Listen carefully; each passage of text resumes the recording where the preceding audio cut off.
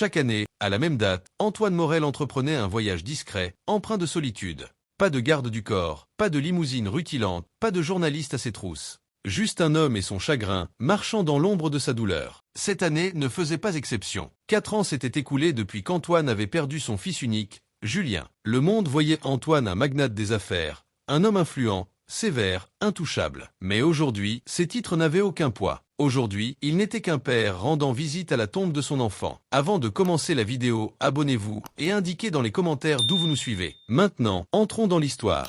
Le cimetière était presque vide. Des nuages sombres pesaient dans le ciel, et une brise légère portait l'odeur de la terre mouillée et des fleurs fanées. Antoine avançait lentement sur l'allée étroite, les mains enfoncées dans les poches de son manteau gris, le regard rivé au sol. Il venait toujours seul. Il n'avait jamais besoin de témoins pour cette douleur, cette part de lui qui se fissurait davantage à chaque visite devant cette pierre tombale. Il s'arrêta. Là, gravé dans le marbre, il lut « Julien André Morel, fils bien-aimé, à jamais dans nos cœurs ». Antoine fixa ces mots, encore incapable d'accepter leur réalité. Il s'agenouilla et posa délicatement une unique rose blanche au pied de la tombe. Le silence était oppressant, presque tangible. Il ne parla pas, ne pleura pas. Son visage restait impassible, comme taillé dans la pierre, fidèle à son image publique. Mais à l'intérieur, un poids écrasant l'étouffait, un fardeau qu'il portait depuis trop longtemps. Il prit une profonde inspiration, prêt à tourner les talons, quand un mouvement attira son regard. Un jeune garçon, âgé d'une dizaine d'années tout au plus, se tenait de l'autre côté de la tombe. Immobile, il fixait la pierre tombale. Une petite voiture jouet usée serrée dans sa main. Antoine se figea. Qui est cet enfant? Pourquoi est-il ici? Le garçon semblait perdu dans ses pensées, indifférent à la présence d'Antoine, ou peut-être avait-il choisi de l'ignorer. Et c'est à cet instant que tout bascula. Antoine resta cloué sur place, observant l'enfant. Le garçon, peut-être 9 ou 10 ans, se tenait devant la tombe de Julien, absorbé par la pierre gravée. Il serrait quelque chose dans ses mains. En s'approchant doucement, Antoine distingua l'objet. Une petite voiture en métal, vieille, éraflée, le genre de jouet que les enfants adorent faire rouler sur le parquet. Les doigts du garçon l'agrippaient comme s'il s'agissait d'un trésor inestimable. Il ne jouait pas avec, il la tenait simplement, ses lèvres remuant à peine, comme s'il murmurait à quelqu'un ou à lui-même. Antoine ne pouvait pas entendre ces mots. La scène était étrange. Cette tombe était un sanctuaire privé, un lieu où personne, hormis lui, ne venait jamais. Personne ne se souvenait de Julien comme lui. Pourtant, cet enfant était là, calme, comme s'il avait sa place. Antoine s'éclaircit la gorge, veillant à ne pas sembler brusque. « Excuse-moi », dit-il, sa voix posée mais ferme. « Que fais-tu ici ?» Le garçon leva les yeux, visiblement surpris. Ses yeux étaient grands, sincères, sans trace de peur, juste une pointe d'étonnement. Il resta muet un instant, observant Antoine, puis son regard glissa de nouveau vers la tombe. « Je suis juste venu dire bonjour à Julien », répondit-il enfin. Ce nom frappa Antoine comme un coup de poignard. L'enfant l'avait prononcé avec une telle aisance, Julien, comme s'ils étaient de vieux camarades. Cela n'avait aucun sens. Antoine fronça les sourcils. « Tu connaissais mon fils ?» Le garçon hocha la tête. « Oui, il venait me voir à l'hôpital. » Un silence lourd s'installa. Le vent caressait doucement les branches, faisant danser quelques feuilles sur l'herbe. Antoine était désemparé. Son cœur s'emballa. Il ignorait totalement que Julien rendait visite à des enfants hospitalisés. Pas une seule fois son fils n'avait mentionné ces visites. « Tu es sûr que c'était lui ?» demanda Antoine, s'efforçant de garder une voix stable. « Oui », répondit le garçon avec assurance. « Il était gentil. Il me lisait des histoires. Il m'a donné cette voiture. Il tendit le jouet. Il disait qu'elle me rendrait fort. » Antoine fixa la voiture. Elle était usée, décolorée, mais visiblement chérie. Ses pensées le ramenèrent à l'enfance de Julien, quand il jouait avec des jouets similaires, les faisant rouler sur le tapis du salon. Ce moment semblait irréel. « Comment tu t'appelles » demanda Antoine à voix basse. « Lucas » répondit le garçon. Antoine baissa les yeux sur la tombe, puis les releva vers Lucas. Une foule de questions tourbillonnait dans son esprit, mais il ne pouvait pas toutes les poser d'un coup. Quelque chose chez cet enfant, ce visiteur inattendu, commençait à toucher une part de lui qu'il croyait éteinte, une part qu'il pensait d'avoir perdue avec Julien. Antoine resta immobile, fixant Lucas. Le vent s'était tu, et le monde autour d'eux semblait suspendu, comme si le temps s'était arrêté pour cet instant. Lucas semblait nerveux maintenant, ses doigts serrant plus fort la petite voiture. Il fit un pas en arrière, incertain de la réaction d'Antoine. La voix d'Antoine, douce mais grave, brisa le silence. « Tu dis que Julien venait te voir ?» Lucas hocha lentement la tête. « Oui, à l'hôpital pour enfants. » Les yeux d'Antoine se plissèrent. « Quand ? » « Il y a longtemps. Avant qu'il ne parte, » répondit Lucas. Le mot « parte » frappa Antoine comme une lame. Même après 4 ans, la douleur restait vive. Une plaie qui refusait de cicatriser. L'entendre de la bouche d'un enfant rendait ce poids encore plus insupportable. Lucas baissa les yeux sur le jouet dans sa main. « J'étais très malade. J'ai dû rester à l'hôpital longtemps. Julien venait avec des livres, des jouets. Il jouait avec nous. Il me faisait rire, même quand je me sentais mal. » Antoine cligna des yeux, tentant de donner un sens à ses paroles. Julien ne lui avait jamais parlé de ses visites à l'hôpital, de son aide aux enfants. Antoine pensait tout savoir de son fils, mais il se trompait cruellement. « Il m'a donné cette voiture, » dit Lucas, la levant à nouveau. « Je lui ai dit que j'aimais les voitures de course, et il m'a dit que celle-ci était spéciale. Il a dit, cette voiture est rapide, comme tu le seras quand tu iras mieux. » Une pause suivit. Lucas esquissa un sourire timide, perdu dans ses souvenirs. Il disait que si je la gardais, je serais courageux. Antoine fixa la voiture. Elle ressemblait à l'un des vieux jouets de Julien, ceux qu'il trimballait dans son sac à dos quand il était petit. Il l'a probablement donné sans rien dire, pensa Antoine,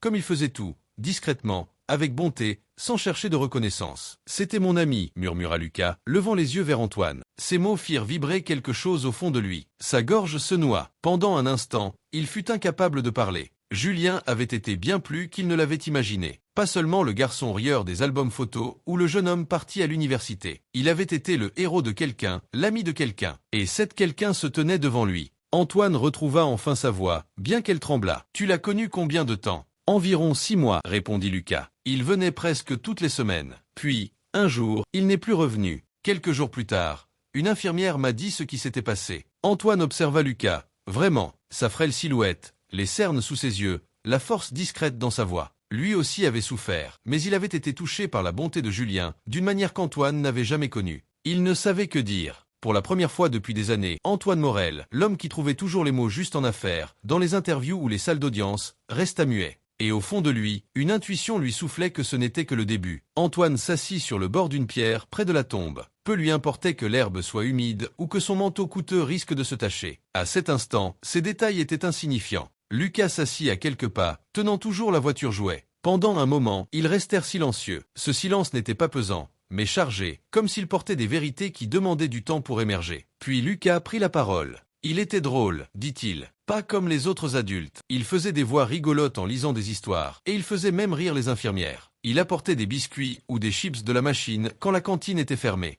Antoine écoutait, immobile. Il venait même les jours où il avait l'air fatigué, continua Lucas. Une fois, je lui ai demandé pourquoi il venait si souvent. Il a répondu, « Parce que vous, les enfants, vous rendez mes journées meilleures. » Mais en vrai, c'était lui qui rendait nos journées meilleures. Antoine sentit une étrange chaleur dans sa poitrine. Étaient-ce de la fierté, de la culpabilité? Un mélange des deux? Il n'en était pas sûr. Chaque mot de Lucas lui donnait l'impression de rencontrer Julien pour la première fois. Non pas le garçon qu'il avait élevé, mais l'homme qu'il était devenu à son insu. Il y avait une petite fille, poursuivit Lucas, qui pleurait tous les soirs parce que ses parents vivaient loin. Julien lui a offert une peluche, un lapin. Elle ne dormait plus sans après ça. Il donnait des choses à tout le monde, des jouets, des snacks, mais surtout du temps. Ce mot, temps, transperça Antoine. Il avait passé la vie de Julien absorbé par des réunions, des contrats, des échéances. Il lui avait offert de l'argent, des cadeaux, une éducation d'élite. Mais du temps? Bien trop peu. Lucas sourit doucement. Une fois, j'avais très peur avant une opération. Julien est resté avec moi des heures. Il m'a raconté un rêve où je gagnais des courses de voitures et des trophées. Il disait que j'allais tout surmonter, même la maladie. Les yeux d'Antoine brûlaient,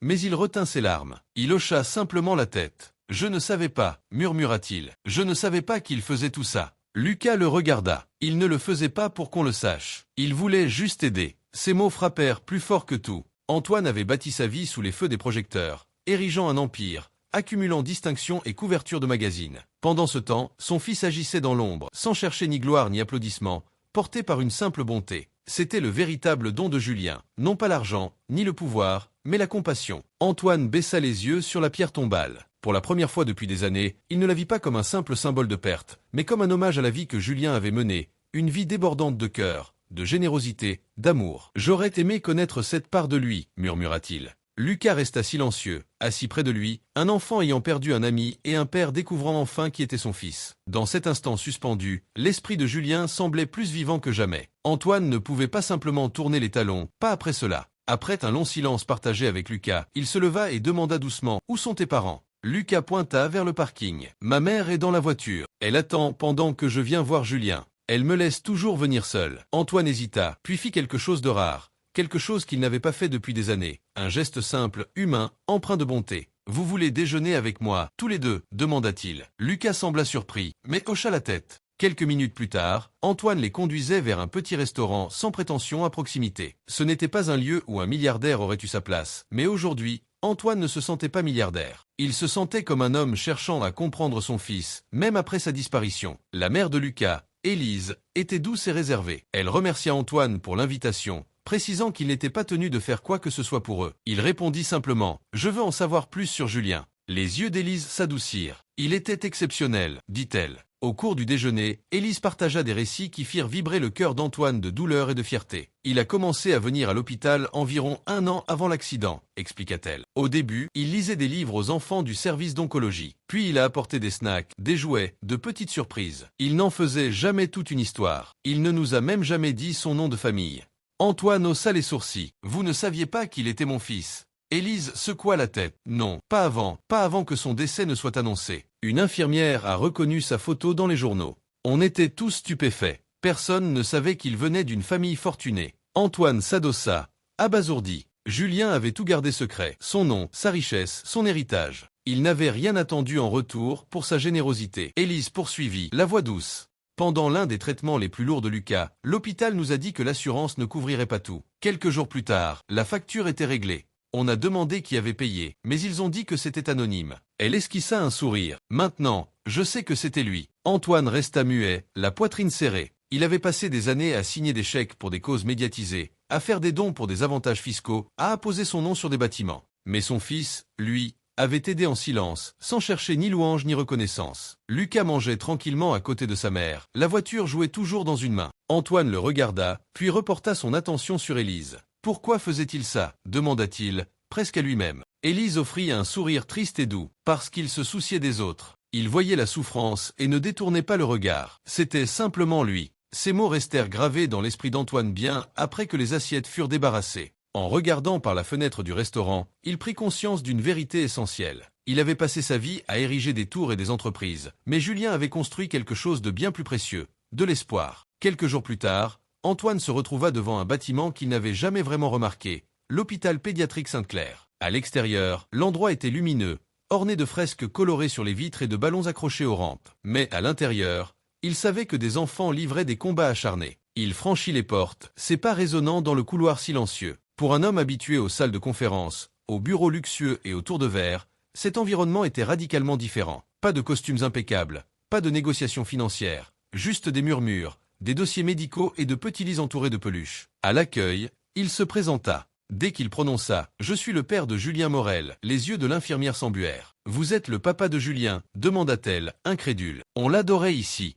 En quelques minutes, plusieurs membres du personnel s'approchèrent. Infirmières, bénévoles, même un agent d'entretien qui se souvenait du prénom de Julien. Ils guidèrent Antoine vers une petite salle près de l'aile pédiatrique et commencèrent à partager leurs souvenirs. Une infirmière, Claire, montra une photo de Julien assis par terre, entouré d'enfants, lisant un livre avec des gestes théâtraux et un sourire espiègle. « Il était magique », dit-elle, essuyant une larme. Il avait le don de faire oublier aux enfants les plus malades qu'ils étaient à l'hôpital. Une autre employée partagea une vidéo sur son téléphone. Julien dansait maladroitement avec une petite fille sans cheveux, qui riait aux éclats, au bord de tomber. « On avait des journées difficiles », expliqua une infirmière. Et puis Julien arrivait avec son sac de snacks et de bandes dessinées, et tout semblait plus léger. Antoine écoutait en silence, absorbant chaque mot.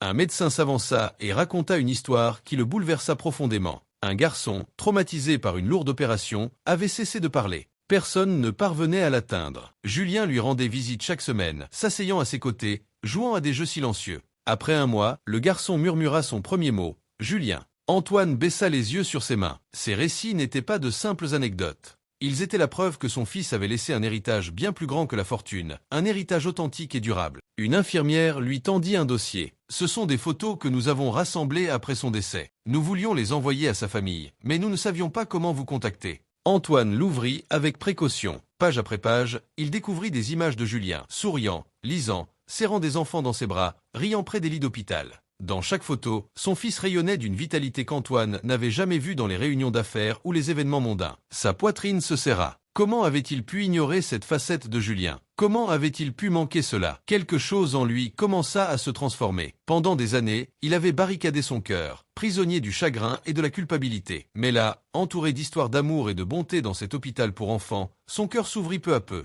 Des larmes roulèrent sur ses joues, et cette fois, il ne les retint pas. « Je suis tellement fier de lui », murmura-t-il. « Tellement fier ». Pour la première fois depuis la mort de Julien, ces mots n'étaient pas douloureux. Ils étaient libérateurs. Antoine Morel avait passé sa vie à bâtir des empires, des entreprises, une fortune, une réputation mondiale. Mais pour la première fois, il ne voulait pas construire pour le profit. Il voulait créer quelque chose qui ait du sens, quelque chose dont Julien aurait été fier. Quelques semaines plus tard, Antoine convoqua une conférence de presse, sa première depuis la disparition de Julien. Les flashs crépitaient, les journalistes s'entassaient, anticipant une annonce commerciale d'envergure. Mais Antoine les surprit. « Je ne suis pas ici pour parler d'argent », déclara-t-il. « Je suis ici pour parler de mon fils. » Il prit une profonde inspiration, luttant contre l'émotion. Julien était la personne la plus généreuse que j'ai connue. Il a passé la dernière année de sa vie à aider des enfants dans les hôpitaux, en silence, sans que personne ne le sache. Aujourd'hui, c'est à moi de poursuivre son œuvre. Ce jour-là, Antoine annonça la création de la Fondation Julien Morel, une organisation à but non lucratif dédiée à soutenir les enfants malades à travers le pays. La fondation financerait des traitements médicaux, des chirurgies, fournirait des livres et des jouets aux hôpitaux et offrirait un accompagnement aux familles en détresse. Mais il ne s'agissait pas seulement de dons financiers. Antoine s'engagea pleinement. Il visita des hôpitaux, échangea avec des médecins, s'assit par terre avec des enfants, comme Julien l'avait fait. Il distribuait des jouets, lisait des histoires, écoutait. Au début, son entourage fut stupéfait. L'homme d'affaires distant et glacial qu'il connaissait était désormais vu agenouillé près des lits d'hôpital, riant avec les enfants, réconfortant des parents éplorés. Ses collaborateurs étaient déconcertés, ses associés perplexes. Les médias parlèrent d'une opération de communication. Mais ce n'en était pas une. C'était sincère. Antoine agissait ainsi parce que cela le rapprochait de Julien. Un après-midi, après avoir livré des livres à un centre pédiatrique, une petite fille tira sur sa manche. « Vous êtes le papa de Julien ?» demanda-t-elle. Antoine s'agenouilla et sourit. « Oui » répondit-il doucement. « C'est moi ». La fillette le serra fort dans ses bras et murmura « C'était mon héros ». À cet instant, Antoine comprit une vérité profonde. Son fils était parti, mais son amour continuait de transformer des vies. Et à travers la fondation, cet amour perdurerait. Plus Antoine s'investissait dans la fondation, plus ses pensées revenaient à Lucas, le garçon rencontré au cimetière, celui qui serrait une petite voiture jouet, celui qui lui rappelait Julien d'une manière inattendue. Au début, Antoine rendait visite à Lucas pour prendre des nouvelles, apportant des livres, de petits cadeaux, passant du temps avec lui pendant ses traitements. Mais avec le temps, ces visites devinrent régulières. Ils parlaient davantage, riaient ensemble, tissaient un lien. Lucas guettait l'arrivée d'Antoine, attendant près de la fenêtre, la voiture jouait dans la main, ses yeux s'illuminant dès qu'il le voyait. « Devine ce que j'ai appris aujourd'hui » lançait Lucas, se plongeant dans des récits sur l'école, des faits sur l'astronomie ou ses héros de bande dessinée. Antoine écoutait avec un intérêt sincère, posait des questions, donnait des conseils, aidait même avec les devoirs, bien que Lucas le surpassât souvent en calcul. Un jour, après une longue série d'examens médicaux, Lucas leva les yeux vers Antoine et demanda « Je peux vous appeler monsieur Antoine ou juste papy ?» La question le prit de court. Antoine sourit, un sourire chaleureux et authentique. « Papy, c'est parfait », répondit-il, la voix tremblante. À cet instant, quelque chose changea en lui. Il ne se sentait plus comme un simple visiteur dans la vie de Lucas. Il se sentait comme un membre de sa famille. Lucas comblait un vide dans son cœur, un vide laissé par la perte de Julien. Il ne s'agissait pas de remplacer son fils, personne ne le pouvait, mais l'amour, lui, s'étend sans jamais se diviser. Antoine assista au spectacle scolaire de Lucas, aux expositions scientifiques. Il organisa même une surprise en lui offrant un vélo lorsque ses traitements prirent fin pour l'année. La joie sur le visage de Lucas était inestimable. Élise, la mère de Lucas, observait souvent de loin, un sourire empreint de gratitude. Elle savait ce qu'Antoine avait perdu et ce qu'il retrouvait peu à peu à travers ce lien. Antoine commença à guérir, non pas en oubliant Julien, mais en vivant comme Julien l'avait fait, avec amour, avec du temps, avec cœur. Chaque étreinte de Lucas, chaque appel pour dire bonjour, rappelait à Antoine que la famille peut surgir là où on l'attend le moins. Un an s'écoula. Un an depuis la rencontre avec Lucas. Un an depuis qu'Antoine avait découvert la bonté silencieuse de Julien. Un an depuis que son cœur avait entamé sa guérison. Et désormais, Lucas était en rémission. Les médecins parlaient d'un miracle. Son corps avait bien répondu au traitement, en partie financé par la fondation inspirée par Julien. Le garçon, autrefois si frêle et silencieux devant la tombe, débordait maintenant d'énergie, de rire, de vie. Pour célébrer les accomplissements de la fondation et honorer la mémoire de Julien, Antoine organisa un événement spécial, un gala de charité. La salle, élégante et chaleureuse, accueillait des familles, des médecins, des donateurs et des enfants touchés par l'héritage de Julien. Certains, autrefois alités, couraient désormais dans la pièce, vêtus de petits costumes ou de robes éclatantes. Des photos de Julien ornaient les murs, lisant des histoires, souriant, assis en tailleur sur les sols d'hôpital. Au centre de tout cela, Antoine, vêtu d'un simple costume noir, sans artifice, portait une petite épingle sur sa veste, une voiture de course argentée,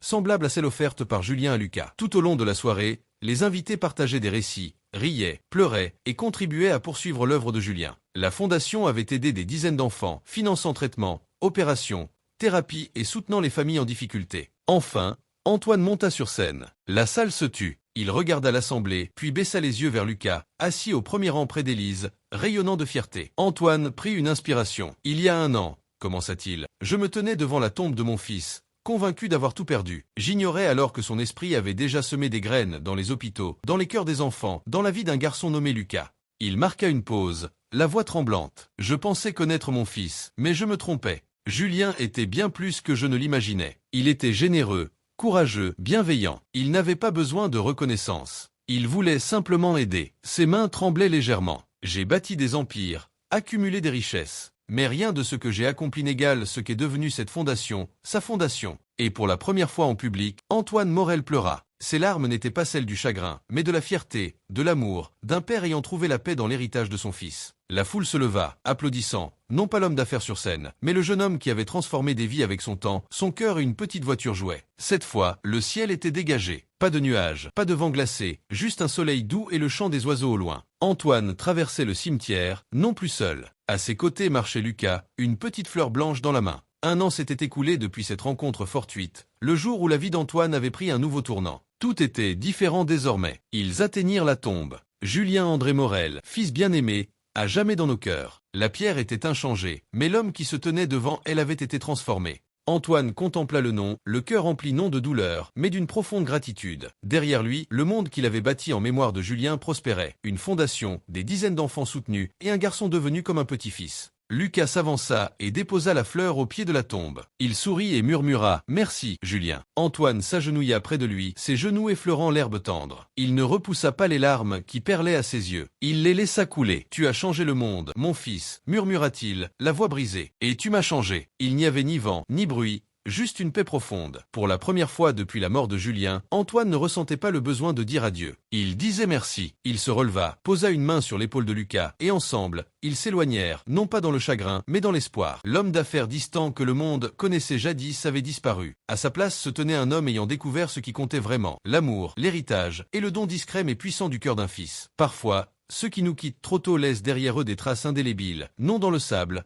mais dans les cœurs. Julien Morel n'a pas vécu longtemps, mais dans le temps qui lui était imparti, il a touché plus de vies que bien d'autres. Par sa bonté, sa compassion, son choix d'être présent quand cela comptait. Et Antoine Morel, autrefois enchaîné par le deuil et la culpabilité, découvrit une vérité plus précieuse que la fortune, le pouvoir de l'amour et la guérison qu'apporte le don de soi. Lucas a peut-être perdu un ami, Antoine a peut-être perdu un fils, mais ensemble, ils ont trouvé une raison de continuer. Si cette histoire a touché votre cœur, ne la laissez pas s'éteindre. Soyez le Julien de quelqu'un, soyez présent, soyez bienveillant, aidez où vous le pouvez. Pas besoin de millions pour changer une vie. Parfois, il suffit d'un peu de temps, d'amour ou d'une petite voiture jouet.